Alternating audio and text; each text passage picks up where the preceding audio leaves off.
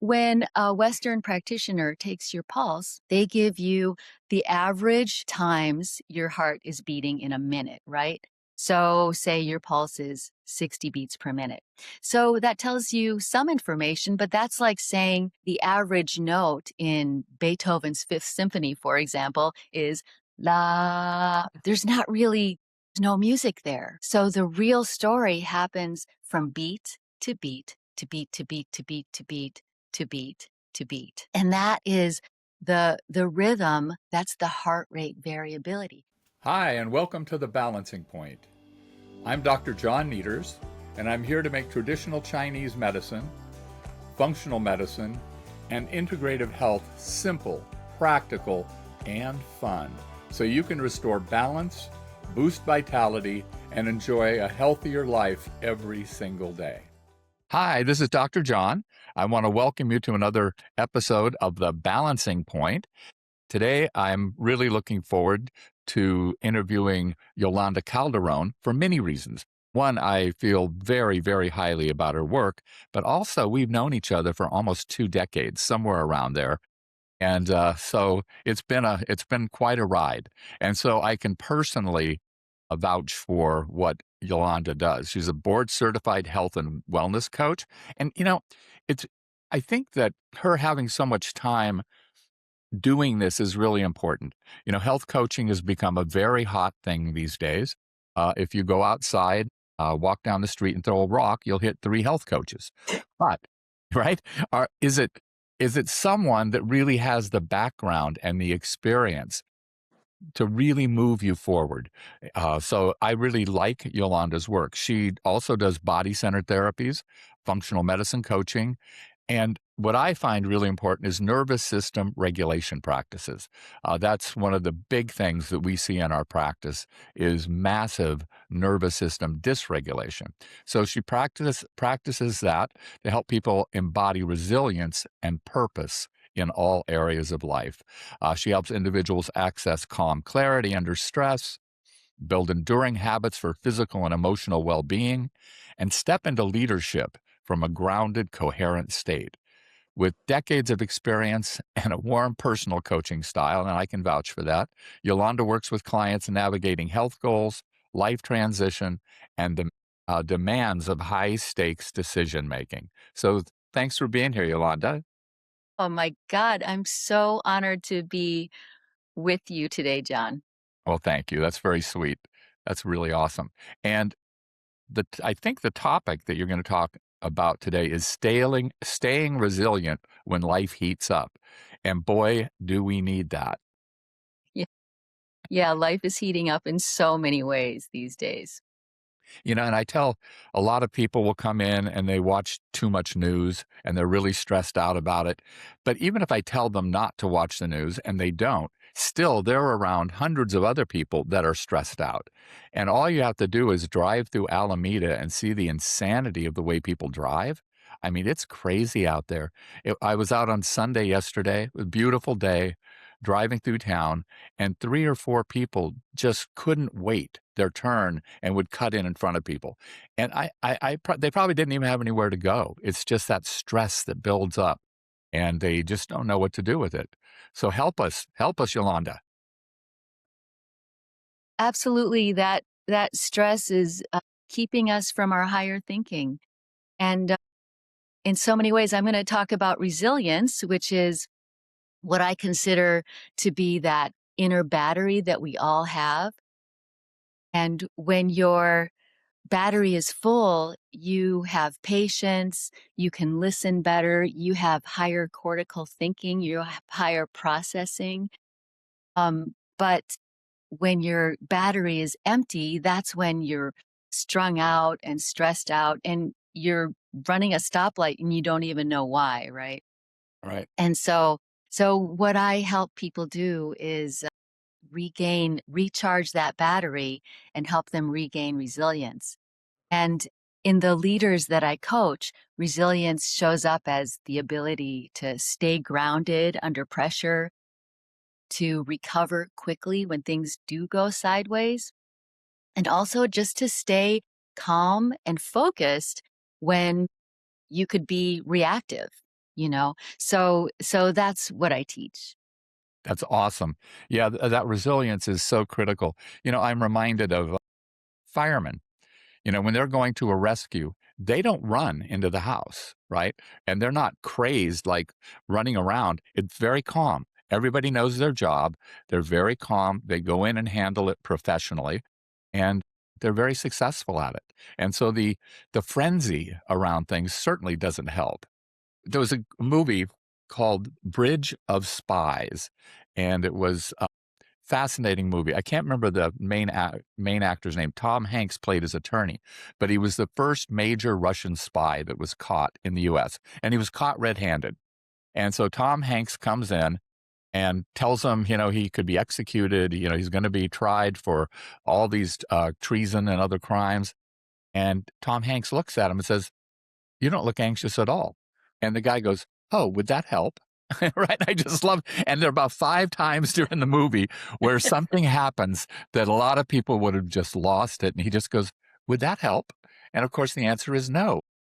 Right. So I think what you're talking about is what we call coherence in HeartMath. It's when all of your systems are working together, your autonomic nervous system, your heart, your brain, and your hormonal systems are all working together to be in that state of balance. And that's trainable. That's not just a gift that some people have and some people don't.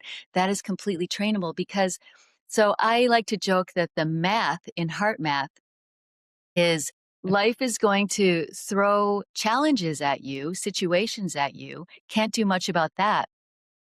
But how you respond can make all the difference. So the equation would be life throws you a stimulus, a situation, plus how you respond or react equals the outcome, right? And because how you respond can often just determine that outcome. So that's my very simplistic equation of how heart math can help you. Can you speak a little more about what heart math is and what's the process or the et cetera? Yeah, heart math is not only a way to measure what's going on in your autonomic nervous system, but it also helps you train the autonomic nervous system and especially the parasympathetic system. So that's the counter to We fight got or it. fight. So that's not only relaxation, but it's a calm state of awareness. And so, what we teach in heart math is that state of coherence when things are in balance, right? And with heart math, you have a device that measures your heart rate variability. And it's a really simple device. This is called the inner balance. And it hooks up to your phone and it tells you what's going on with your heart rate variability. And, can I talk about heart rate variability? Could Absolutely. I talk about that? Absolutely. I hate to talk to you about pulses, Dr. John, but so when a Western practitioner takes your pulse, they give you the average times your heart is beating in a minute, right? So say your pulse is 60 beats per minute. So that tells you some information, but that's like saying the average note in Beethoven's Fifth Symphony, for example, is la, right? There's not really no music there, right? So the real story happens from beat to beat to beat to beat to beat to beat to beat to beat, right? And that is the rhythm, that's the heart rate variability. And you want variability in your heart rate because that shows you how flexible your nervous system is, your autonomic nervous system. But when you're stressed out, that rhythm is very jagged when you map it out. It's jagged. It can go up to 85 and then down to 59 and then all over the place, right? And that is correlated with stress hormones flowing through your body. And cortisol is a great thing and we need it. We definitely need it, like, especially to get up in the morning, right? And to start our day. But we don't want that flowing through our bodies all the time. And those people that you were running into well, not running into, but encountering on the road, they probably had a lot of cortisol flowing through the systems when they really didn't need it in that moment. One of the things with new patients that haven't had acupuncture before, particularly if they're very stressed, we actually only do about half a treatment, right? We don't do as much as we would with someone that's returning, because when you take, so what the acupuncture is going to do is help turn off those stress hormones. It's going to allow them to sink into a much deeper state.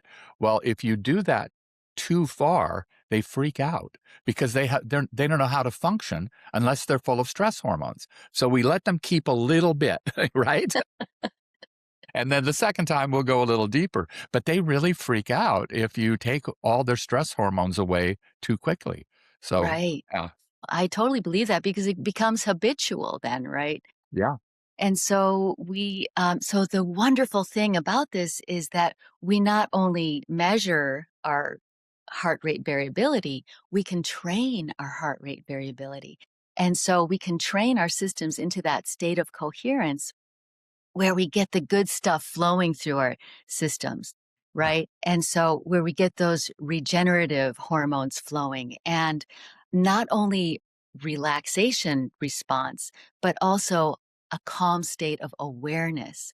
And what I like to think of with coherence is like a ninja. And I know you did martial arts at one point, or you still do, but so a ninja has to be completely unaware and ready to pounce at the slightest provocation, right? However, they have to also remain still and calm. And and the training for a ninja, or one of the final tests for a ninja, is the student will be sitting there in a seated position and the master will be standing behind them ready to whack them with a stick. I don't Do you know this? Have you heard this before? Yes, but it's been decades. So I'd forgotten about it. Yeah, So thank so you. that is one of the final exams that they have to do, and the student doesn't know when the teacher is gonna do that, when the master is gonna do that, but he's ready to whack them, and the student has to roll out of the way at just the right time. So so you're in that state of coherence, and your senses are heightened, and also your intuition is heightened. So the master is about to strike, the student rolls out of the way, he passes, right? But if you roll out of the way too soon, you fail, go again. If you roll out of the way too late, then actually you do get whacked on the head with a stick and they will whack you. So it's not the kindest training, but it's definitely a good test.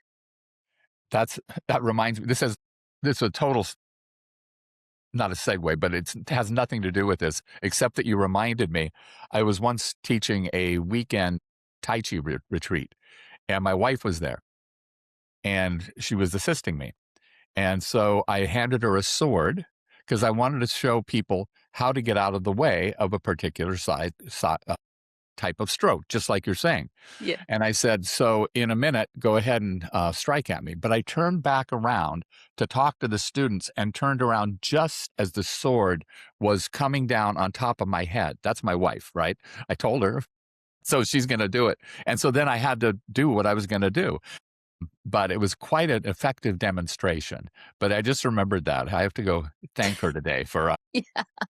the You training. had ninja training and you didn't Yeah. even know it. Yeah. Yeah.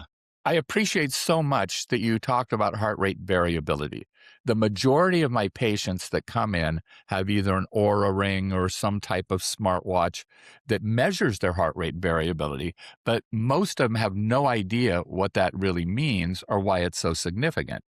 And what will happen is when we do the podcast, we'll get some shorts and we'll probably have one on heart rate variability. So, what I'll just do is direct people to your explaining it to them. So, thank Oh, you. great. Yeah, exactly. And so, you talked about working with leaders, and how do you help people become better leaders, stronger leaders? So, first of all, I'm a wellness coach, so we talk about the basics. Are you feeding your body properly? Are you giving yourself the proper nourishment? Eating lots of plants and alive things and not too much processed stuff. Are you staying hydrated? Are you moving your body in a way that is fun for you, in a way that is enjoyable? And are you getting enough rest, right? Those are just the basics. And beyond that, I teach resilience. And that's where we get into training coherence. And so people can learn to regulate their autonomic nervous system to stay in that wonderful state of where the heart is sending more messages to the brain than the brain is sending to the heart. You know, we're always busy, busy, busy up in our heads. And HeartMath really helps you make that 18-inch journey or whatever that, however that distance is down into your heart so that you can employ the intelligence and the wisdom of the heart. Our hearts have neurons in them, brain cells in them. And when those are activated, then you're coming more as a whole person. You're approaching life more as a whole person and not just as a brain that's very busy. There's a character in Chinese that is, it's called Xin, Xin is the Western spelling, and it's translated as heart. Like we're talking about the various organs, the heart is Xin, but the actual term means heart mind. They're Yes. inseparable, absolutely inseparable. Yes. So, yeah, Just like octopuses have brain cells in all of their tentacles, right? We also have brain cells in other parts of our body. that's awesome. Yeah, and we could talk for a couple hours on the gut brain issues, I'm sure, but Absolutely. we'll do that another time. So, how does chronic stress, I mean, we're a culture that is just really gung ho on staying young, on looking young, on being attractive. How does chronic stress affect the way we age? So I remember you saying once that a Stanford study showed that up to 90 of doctor visits were initiated from stress or had their origins in stress, right? Yep. And so basically, what you're saying is 9 out of 10 times when you're going to the doctor, it's because there's some kind of stress in your life, right? So all those things that send us to doctors, high blood sugar, diabetes, right? Heart problems, high cholesterol, sleeplessness, all those things age us faster. And, you know, you could probably talk way more about the length of your telomeres and how that can determine aging and the rate at which our cells regenerate or repair themselves, right? hmm So all of those things play a part in how quickly we age. One study that really had an impact on me, talking about telomeres, which are the ends of the chromosomes, and as they fray, they stop producing accurate reproductions. Right? That's why old guys will get these huge, foot long hairs coming out of their ears. It's just the replication isn't happening properly. And so telomere length is one of the key ways they can measure biological aging. And Right. I saw a study, and they took a group of people whose significant other had just been diagnosed with dementia, Alzheimer's usually, or some other very serious condition. And then they had a control group, the same age, also with a significant other, but that wasn't ill. And they measured all their telomere length, and they were about the same. The average was consistent in both groups. 10 years later, the control group, their telomeres had aged about 10 years. In the care group, their telomeres had aged 20 years. They aged Oh, twice as fast from having to give and give and give that attention and having that stress. So that had a huge impact on me when I read oh that study. yeah. And that's what we're talking about. That is draining that battery. You're always running on fumes, right? That Yeah. will age you more quickly. So what we can do is we can regenerate that battery. We can load that battery up again with some simple exercises. And if you want, I can walk you through a heart math exercise. Yeah. Are you ready now? Yeah. Okay, great. So you can do this in 30 seconds by yourself, or you can do it in as little as 5 minutes and they've already noticed differences, right? Hmm. So, so first, what we do in HeartMath is we start by focusing on the area around our hearts, and sometimes you can touch your heart if you want, and that helps to bring the focus there. And now take a longer, deeper, slower breath in and out. And 5 seconds in and 5 seconds out is a good place to start, but obviously do what's comfortable to you. And now breathe as if the air is coming in and out through your heart area.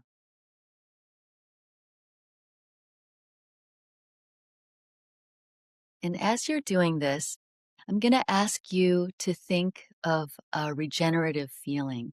So, something that makes you feel compassion or love or just a calm ease.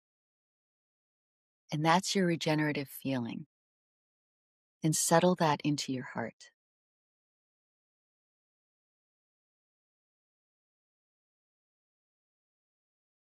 And now, as it's settled into your heart, you can send that regenerative feeling out to someone or something, and some to yourself as well.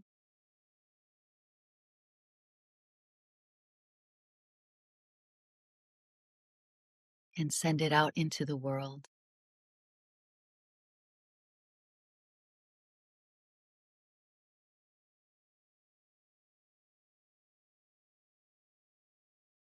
And that exercise is called the heart lock-in. And they did a very intriguing study where they took salivary swabs, right? They took cheek swabs and as a baseline, and then they swabbed the participants' cheeks again after this short exercise, 5 minutes. And the difference in secretory IgA, which is one of your immune markers, it's kind of a first line defense, was tremendous. The average increase in that secretory IgA was 45%, and some people went as high as 240% in 5 minutes of doing a heart lock in. That's amazing. It is amazing. And that's just one thing that they measured. So there are all kinds of other things that are going on in your system as well. And so if you could do that heart lock in twice a day or even once a day, it's already going to give you a tremendous advantage. And of course, you train that kind of thing when things are calm, right? When things are going really well, you have 5 minutes to spare, or maybe you're waiting for someone, you can just do a simple heart lock in, and that'll already get you into a state of coherence. I can't thank you enough. I did many decades of martial arts and contemplation meditation. And when I was locked in, basically, as a fighter or as a meditator, the whole world would get very soft, right? My gaze would get soft, and you almost disappeared, right? It was just so, so soft. So rather than being locked in with that tight focus, it allowed me to just open up. So thank you so much. You're welcome. And when you open up like that, you are so much more effective in your life, whether it's at work or having a conversation with someone or, talking with your partner. It's You're just so much more focused and aware then. And it's different from relaxation because there's still a lot of heart rate variability happening. So they've taken graphs of relaxation response versus coherence, right? And the the relaxation narrows your heart rate variability. So there's less of a range of heart Gotcha. rates, right? Versus when you're in a coherent state, you still have a big range, which means your system is still flexible enough. Like if I need to jump up and maybe I left something on the stove, I need to do that quickly. So I need that flexibility, right? I don't want to just be in a nice relaxed state.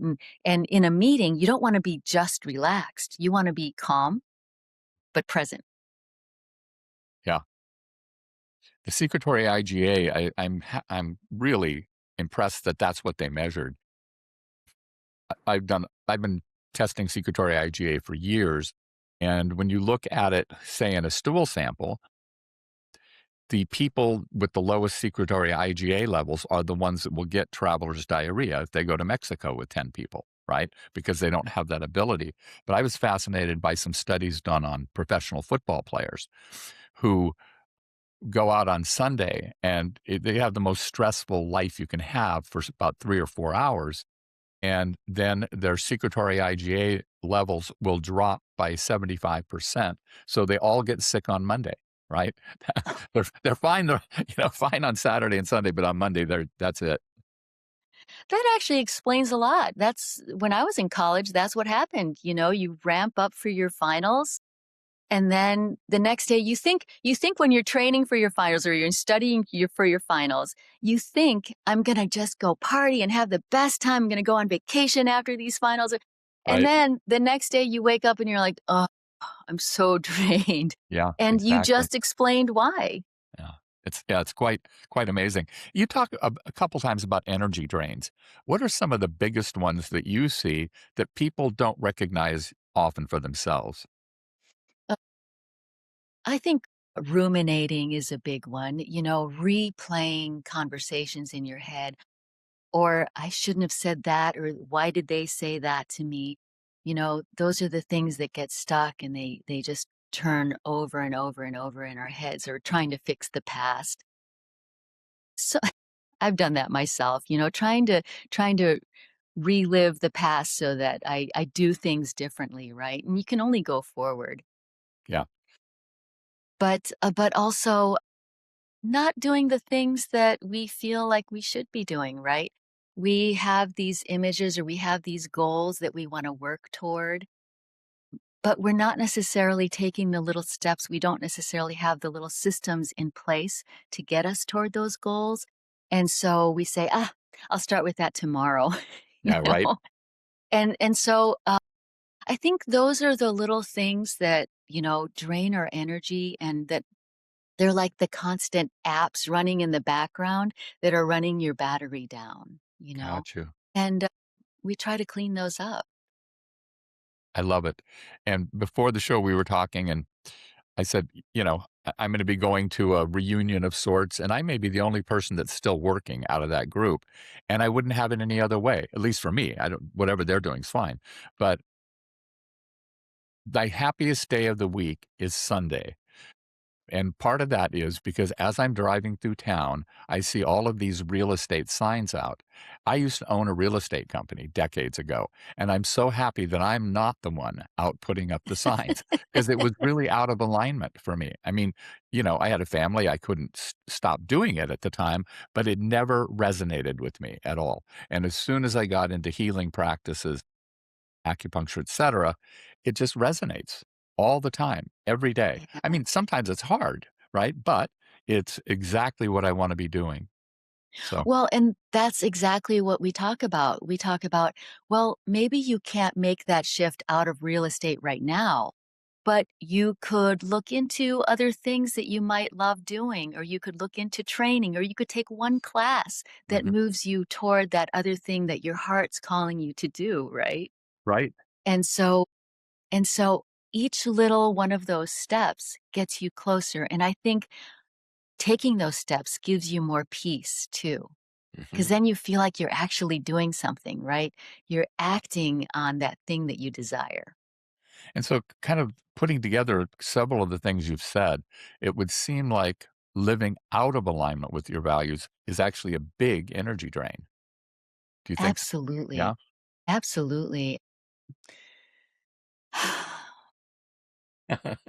Yeah. So, one example is for me personally, I I have been mostly vegetarian, somewhat omnivore throughout my life, played with veganism when I was younger. It was too hard for me, so I went back to being an omnivore, mostly plant-based, but and then about 10 or 15 years ago, I learned about factory farming, for example. Mhm. And and I thought, do I really want those animals suffering so that I can have a hamburger? Right. That's gone in 10 minutes after I eat it, the pleasure is gone. And and so there was that moment of probably several months of living out of alignment with what I felt like I really should be doing, right? And so as I eased toward that plant-based diet then, and I thought, this is not that hard, right? And I eased into it. And then I felt like I was living in a congruent state with my values, right? And that recharges your battery Mhm. when you know you can do something like that. It just is. It's such a boost, and I feel so much more energy because of it. Not only because of the diet, but because I'm not I'm not having that inner battle, that inner conflict anymore. Gotcha. Yeah, I was a vegetarian, mostly vegan for about 20 years. And the first 10 years probably saved my life. But the second 10 years, I was running a real estate company and did what a lot of vegetarians do. I became a carbitarian, right? And so Oh yeah. I didn't see any vegetables, and that kind of drained my health. And what finally pushed me into being a vegetarian is it was Washington's birthday, the 22nd of February, and Der Wiener Schnitzel was selling chili cheese dogs for 22 cents. I ate 6 of them and then didn't eat meat for 20 years. I can totally see that. That is wonderful. That's a great story. And so I was pretty ill a few years ago and made a commitment to regain my health, and I gave myself 120 days. But I was very weak, and so I really enlisted the help of some people and started to create rituals for myself, daily activities. And I don't know where I got this, but as a kid, I always hated the word discipline. I'm fine with the ritual, right? And so now most of my life is really ritualized. And so it takes all the stress out of it. It's like what I do at this time is I do this, and Yes. it's yeah, so I'm loving it, and so daily habits and systems, I'm assuming would play a big role in resilience, and Yes. yeah, So I love James Clear's book, Atomic Habits. yeah, And he talks about habit forming and habit stacking. And in your case, rituals, their habits are really just rituals, especially if we can ritualize them and make them seem special. And so that's what I'm talking about creating, having systems in place. One of his quotes is, and I might butcher it, but he says, "You don't rise to the level of your loftiest goals. You fall to the level of your most basic systems," right? yeah, So wow, goals are awesome, but if we don't take those little tiny steps to get toward them, then the goal is pretty useless, right? And so that's where I also talk about habit stacking or creating rituals. One of the rituals that I have, for example, is um, I get into my car, and as soon as my hands touch the steering wheel, I do some heart focused breaths, you that's know? awesome. And it doesn't take much time, maybe one or two breaths while I'm still parked, and then I put it in reverse, and I'm still heart focused breathing, right? Because it doesn't take away from your awareness to take some breaths in and out through your heart. And then, okay, so I've got that little habit or that little ritual, and then on top of that, I think about the path I'm gonna take, the roads that I'm gonna take, and I think about sending a little light of safety, a little bubble of safety out ahead of me so that all beings, including me, are safe along that path. And so that's kind of how I start every drive. That's Wow, my that's driving ritual. that's phenomenal. I'm gonna pick up some of that. Thank you. You're Yeah, that's welcome. beautiful. And you mentioned small steps. I think a lot of times people will try to change everything all at once with these big heroic steps. And I find it usually works better to kind of take small steps, right? If Yeah, you're going to, yeah, changing my diet, right? yeah, yeah, Working out. Yeah. right, working out. So I was gonna say, in his book, he actually talks about the example of one of his clients wanted to lose all this weight. So he said, he said, turn yourself into the person who goes to the gym at lunch, right? And so the client started by literally just driving to the gym every lunch, not getting out of the car, staying in the parking lot. Maybe he would eat his lunch in the parking lot and and then driving back to work. Just drive to the gym at lunch, do the thing, do whatever you're going to do, and then going back to work. And then eventually he walked into the gym. And then you know the story, Oh, right? yeah. Then Yeah, I eventually he just lived became that. yeah, he became the person who goes to the gym at lunch. Wow, that's fabulous. Yeah, Yeah, I asked Catherine, the co-author of our books, and we worked together, if she would work out with me in the morning, and she said, "Yeah." And at that time, I was so weak that driving to the gym was hard, right? But I would go in and I'd sit on a machine. Didn't do anything. Like, I'd sit on the stationary bike and just sit there. And over time, it got easier and easier, and I started layering things in, and I was shocked, literally.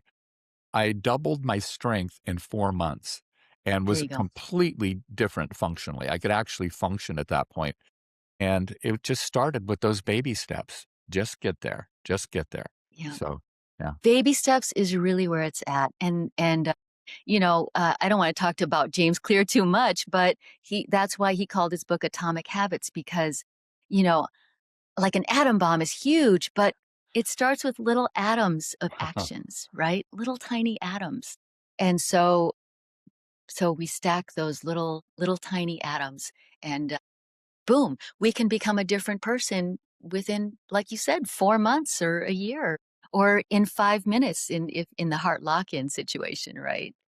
Yeah, that's such a great exercise. Do you have one simple practice, that listeners can start using today? Feel more resilient, energized? I mean, that heart log was great. If you think that's it, that's great. Yeah, so I would say, really start thinking about putting your awareness more in your heart and allowing that sense of intuition to come forth. And we can do another exercise where, well, actually just give you the exercise and you can practice it yourself, or you can go to heartmath.org and find all of these exercises online. They just give them away free because they Mm. really want more people to become coherent, right? And so one of these exercises is just putting your awareness in your heart, breathing as if you're breathing in and out through your heart, and then just quietly asking your heart, what would you have me know right now?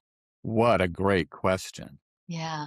Yeah. And that's not necessarily straight up heart math. That's a little bit of me too. But using that power of the heart, if you are in a decision point and you really don't know what to do, you're feeling a little lost, chances are getting into that state of coherence could really help. Wow. Yeah, many years ago, mid-1980s, I did a certification with Tony Robbins, and the thing that I took away there that I most remember is him saying, "The quality of your life is determined by the quality of your questions." And so what a great thing to ask your heart. Absolutely. Awesome. Anything else you wanna conclude with? I think that's a great thing for people to, be able to a great takeaway, I'll say. Yeah. I would say that for the people who are thinking about getting the aura ring or other things, also, take a look at this inner balance, and that's also on the heartmath.com website because this method actually helps you train your heart rate variability. It's not just watching it, it's not just learning from it, it's also helping you train and it'll help you level up. So, just a suggestion. I love it. So, Yolanda, how do people get a hold of you? So you see people in person or on the Yeah. computer? Yes, Yeah. I am at herenowwellness.com. HERE or Yes, ETA? Yeah, okay. but as Here in now. here and now, here and now Here is and my now. business Yeah, name, yeah. but it was taken. So so my website is herenowwellness.com. Love it. Love it. I'm so, so happy that you came on the show today. I have admired what you do for, like you said, a couple decades now, and I'm really happy to introduce you to a broader audience. It is my deepest honor that you would want me here, John. Thank you. Thank you for joining me on The Balancing Point. If you enjoyed today's episode, please follow the show, share it with a friend, and leave a review. Feeling out of balance? Most approaches just manage symptoms. Here, we get to the root. So real healing, real clarity, and balance can begin. Visit AlamidaAcupuncture.com. That's AlamidaAcupuncture.com to learn more, explore our supplements, or book a call. We'd love to hear from you.